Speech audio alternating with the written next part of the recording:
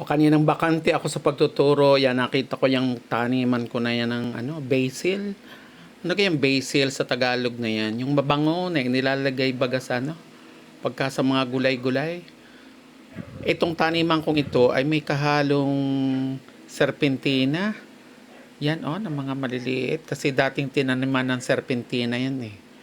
Ay naku, nagtubuan na. O di sige, tanggalin yung serpentina na yan. Kasi meron naman kaming mga paso na may mga raming serpentina na.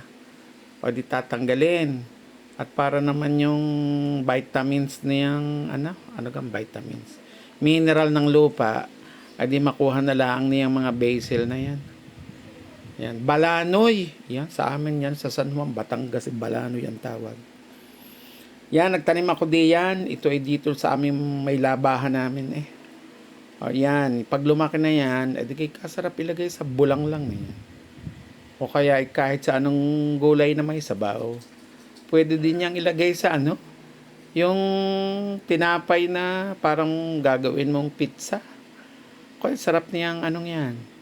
Balanoy na yan, o basil baga sa Tagalog. Yan. Kami naman ay meron na ring puno na medyo malaki, kaya lang medyo parang papatay na eh. Yan, ay di papalitan natin ng mga bago. Ang itinatanim ho diyan ay may buto. Yan ay may parang bulaklak na mahaba. Na doon sa mga dulo-dulo ng parang bulaklak ay mayroong yan. Ito yung aming matanda na na puno.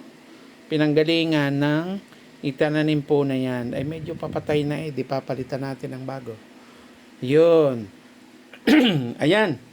Nawala na. Malinis na. Puro basil na ho yan.